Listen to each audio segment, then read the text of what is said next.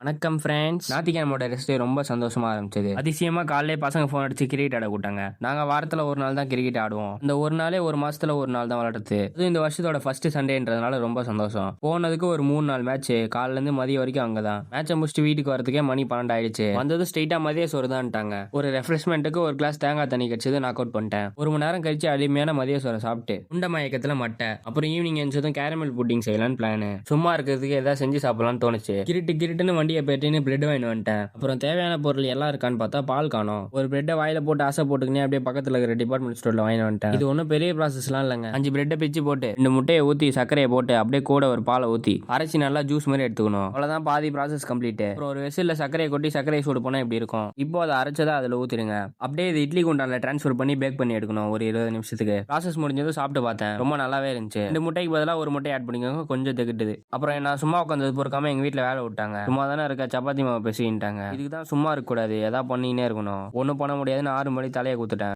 வேலையை முடிஞ்ச அளவுக்கு சீக்கிரமா செஞ்சு கொடுத்துட்டு நைட்டுக்கு வயிற்றுக்கு சோறு போட்டு நீங்க ஆரம்பிச்சுக்கிறேன். அப்புறம் இன்னொரு முக்கியமான விஷயம் என்னன்னா, நாளையிலேருந்து முக்கியமான வீடியோலாம் வரும், ஒரு ஃபாலோ தொட்டிக்கோங்க. By by.